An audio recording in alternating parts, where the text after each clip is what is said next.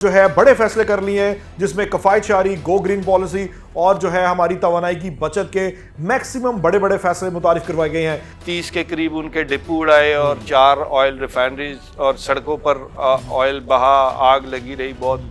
अभी तक वो उसको कंट्रोल करने की उसके जवाब में फिर ईरान ने हाइफा में हमला किया, बड़ा शदीद किस्म का। वहाँ भी ऑयल रिफाइनरी को टारगेट किया। स्टेट ऑफ द हॉर्मज से गुजर के जाती है तेल की रसद जो है, उन्होंने कोई फर्क नहीं पै रहा, चाइना ने नहीं पै रहा, हले इंडिया ने नहीं पाया, तानू ज्यादा फर्क पै गया। सर मैं बताता हूँ फर्क पड़ा। उनकी भी स्टॉक्स आज दुनिया में, स्टॉक की बात नहीं कर रहा सर, मुझे सिर्फ तेल की प्राइसेस का पहले बताएं। पेट्रोल 25 रुपए में बताता है, इसका मतलब ये है कि ये जंग जो है अब सिर्फ ऑयल तंसीबात पे, इकोनॉमी के ऊपर आ रही है। सर ये वाटर पे भी जा रही है। कुछ एटॉमिक प्लांट्स बचे पड़े हैं जो ट्रंप जो है जिसकी तरफ इशारा कर रहे हैं कि बहुत बड़ा हमला करने वाला हूँ। 15 किलोमीटर दूर तक चले जाएं, ये उसने ऐलान किया है। इसका मतलब है कि वो एक कोई बड़ा हमला करने जा रहे हैं। चाइना ने आज मीटिंग की है ईरान से कि आप जो है ना हमारे ऑयल के, उनको इजाजत दें और जाने दें किसी तरह।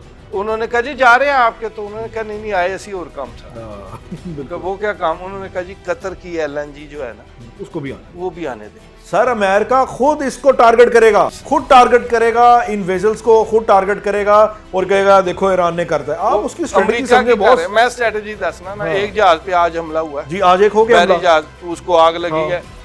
वो अमेरिकन जहाज था, ऑयल कैरियर।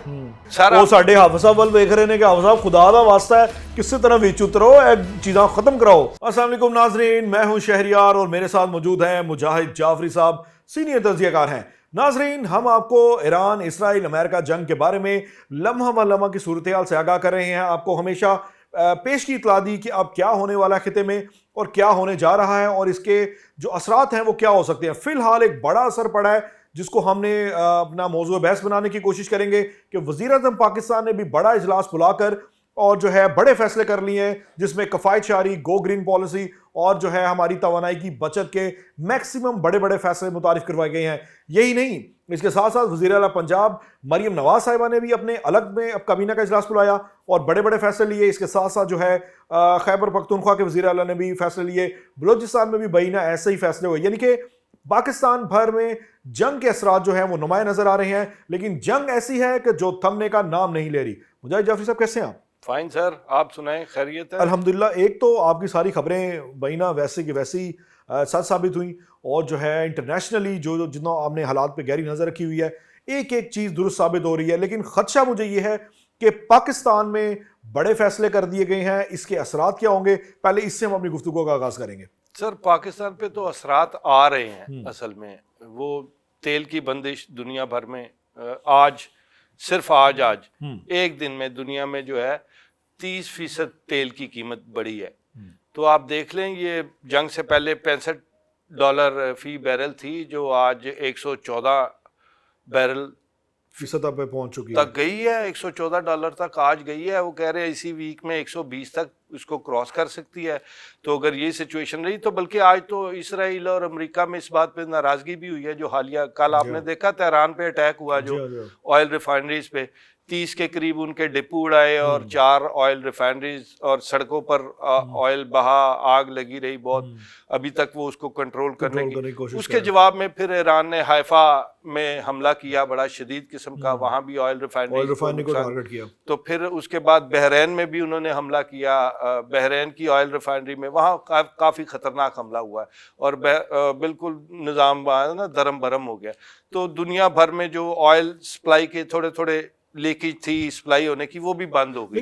तो अमेरिका और इसराइल की इस बात पे खिफत हुई है। अमेरिकन जो प्रेसिडेंट है डोनाल्ड ट्रंप, उसने कहा है कि आपने जितनी हमें इंफॉर्मेशन दी उससे बहुत ज्यादा हमले किए। वो तो आपकी बात ठीक है जावेद साहब, लेकिन ना इंडिया को कोई फर्क पड़ा, ना बांग्लादेश को ज्यादा फर्क पड़ा। जापान की 80% जो है यही स्टेट ऑफ द हॉर्मज से गुजर के जाती है तेल की रसद जो है, उन्होंने कोई फर्क नहीं पै रहा, चाइना ने नहीं पै रहा, हले इंडिया ने नहीं पाया, तानू ज्यादा फर्क पै गया। सर मैं बताता हूँ फर्क पड़ा। उनकी भी स्टॉक्स आज दुनिया में, स्टॉक की बात नहीं कर रहा सर, मुझे सिर्फ तेल की प्राइसेस का पहले बताएं। पेट्रोल 25 रुपए बताता है सर, जिसने जितनी अपनी जखायर रखे हुए हैं ना बैक एंड पे, जितने दिन के, उतना वो ज्यादा मुतमईन है, उतना वो रेट को ज्यादा कंट्रोल करके चला सकती है कोई भी गवर्नमेंट। अगर आपके पास 45 दिन की है तो आपकी सिचुएशन और है। 74 दिन की है तो और है, 120 दिन की है तो स्टेबिलिटी उसी तरह उसी हिसाब से चलती है। तो जिस मुल्क ने जितनी सेफ रखा होगा अपना ये आप जखीरा कह लें, वो उतना ज्यादा इस झटके को ऑब्जॉर्व कर सकेगा मेरे ख्याल में, इससे ज्यादा कुछ नहीं है।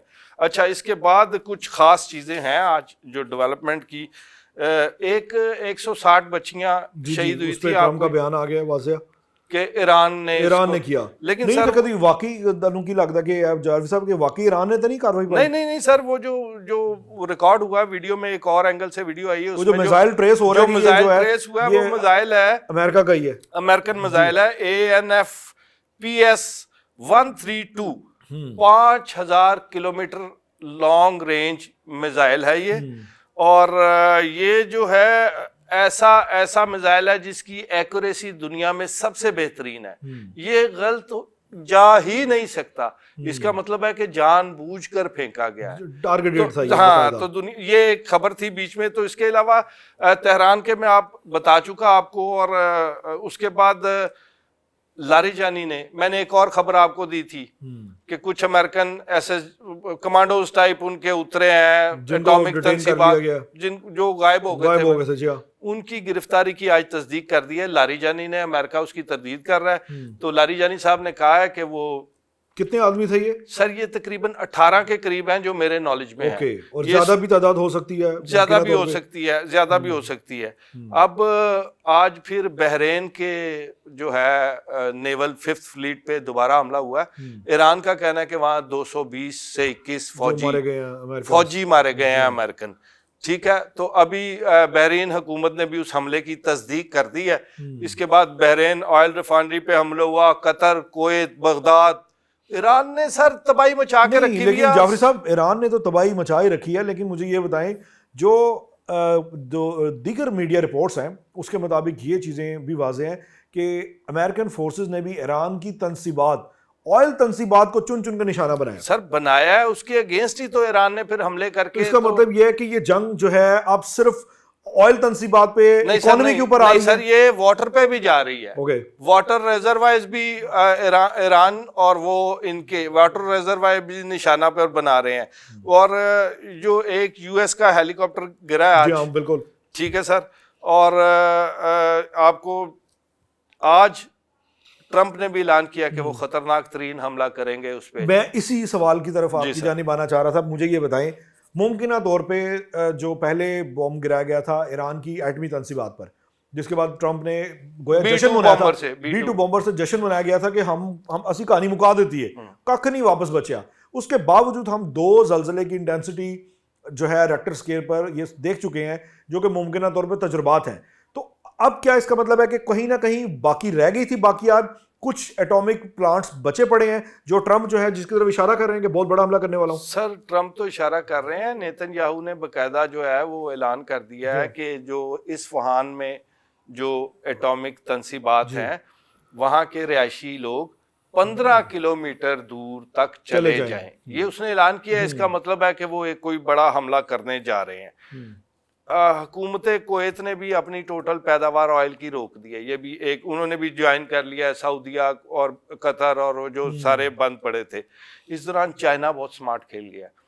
चाइना ने आज मीटिंग की है ईरान से कि आप जो है ना हमारे ऑयल के, उनको इजाजत दें और जाने दें किसी तरह। उन्होंने कहा जी जा रहे हैं आपके, तो उन्होंने कहा नहीं आए ऐसी और काम सा। वो क्या काम? उन्होंने कहा जी कतर की LNG जो है ना उसको भी आने, वो भी आने दें।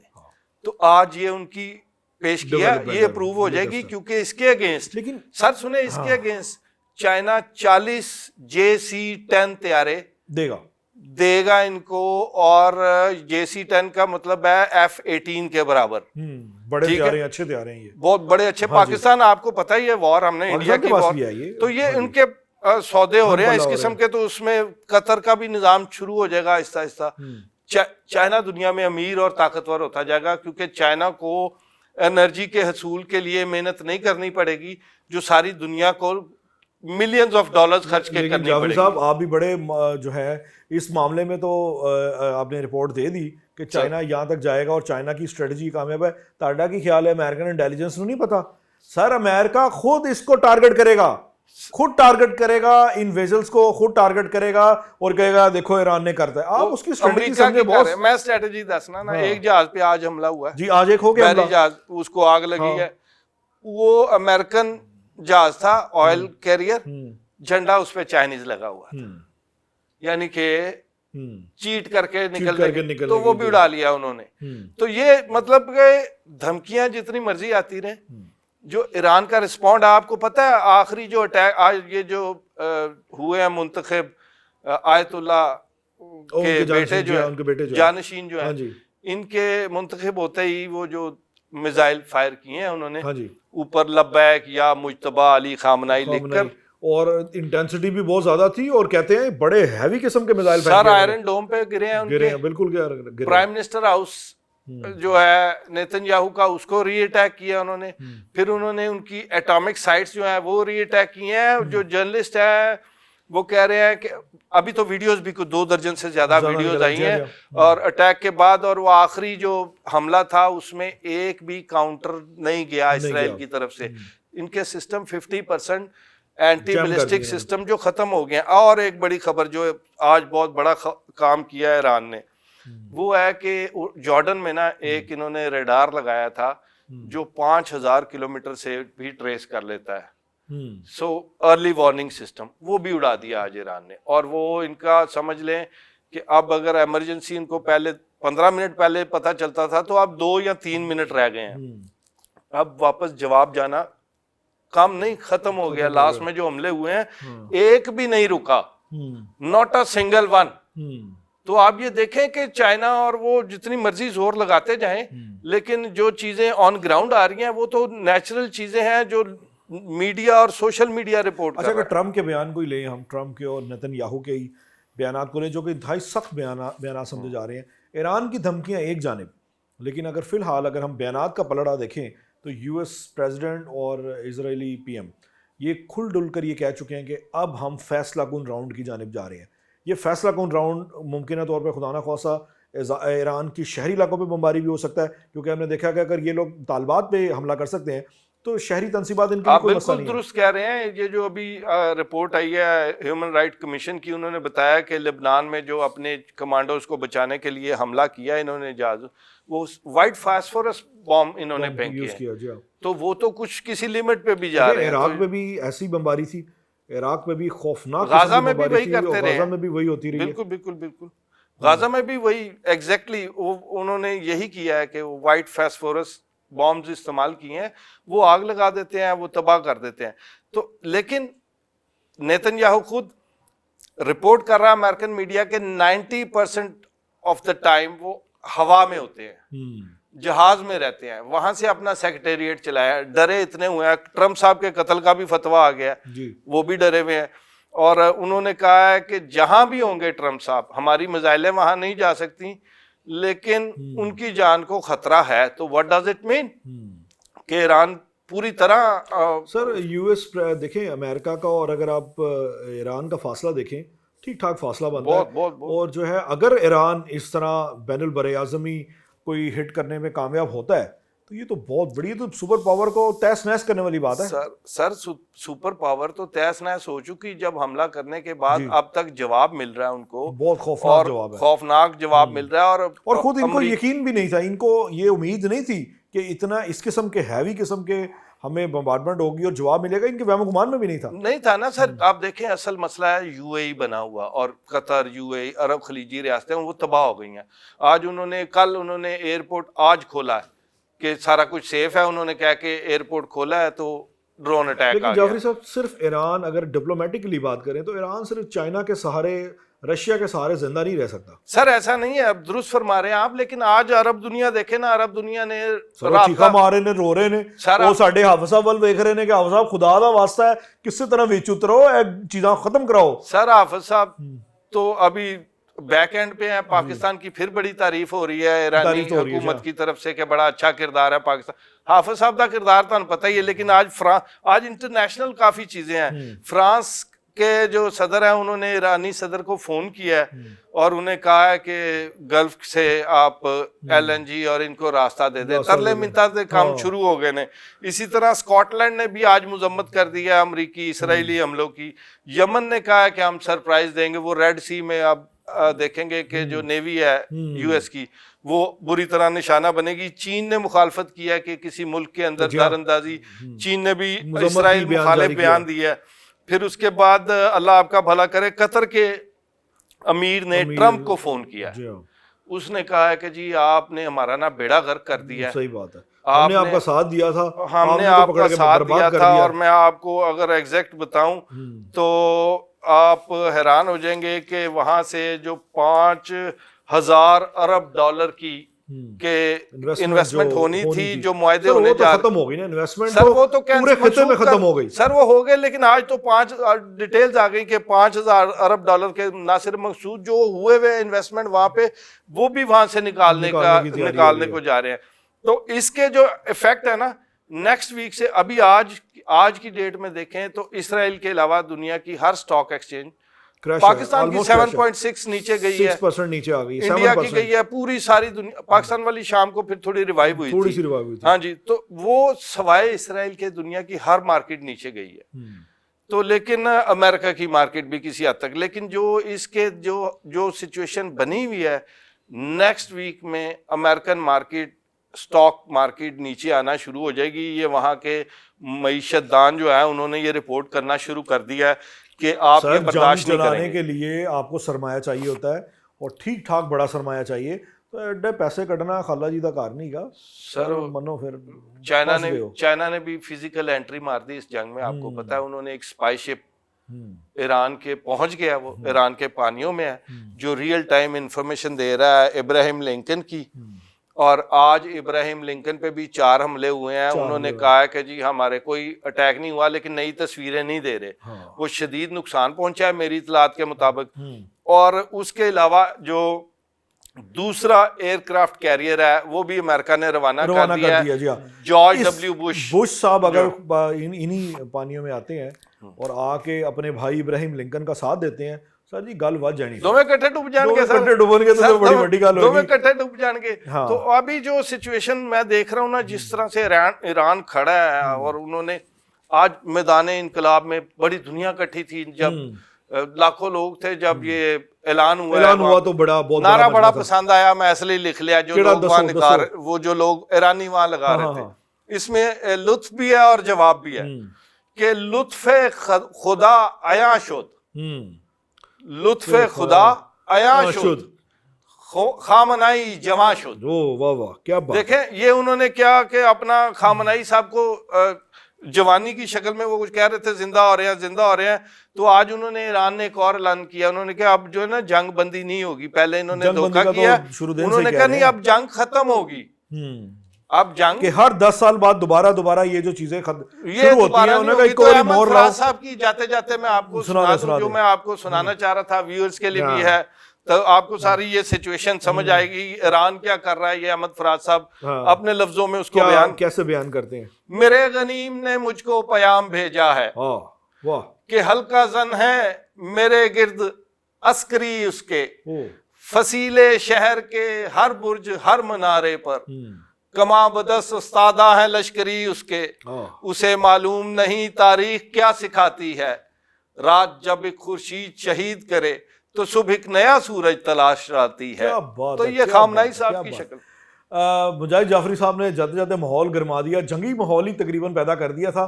और यकीनी तौर पे जो ईरान के अवाम जो होंगे वो क्या सोच रहे होंगे, उनके जज्बा ईमानी की कोई नज़ीर नहीं मिलती। और जिस तरह वो डटे हुए हैं अकेले तन तनहा एक बड़े अलायंस के सामने, इंसानियत की तारीख में, मतलब आप दुनिया की तारीख देख लें, इसमें ये बात हमेशा सुनहरी रूप में लिखी जाएगी कि ईरान ने किस तरह डट कर मुकाबला किया। ऑन द अदर हैंड थोड़ी सी खराबियां भी पैदा हो रही हैं।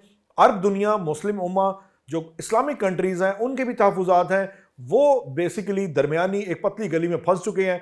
ना इधर के रहे ना उधर के रहे, उधर का साथ दिए। उनको अंदाज़ा नहीं था कि ये इतनी बड़ी जंग की गेम अमेरिका करने जा रहा है, लेकिन उन्होंने अपने अड्डे दे दिए। अब जिस तरह बमबारी हो रही है, इससे ताल्लुकात कशीदा से कशीदातर होते जा रहे हैं।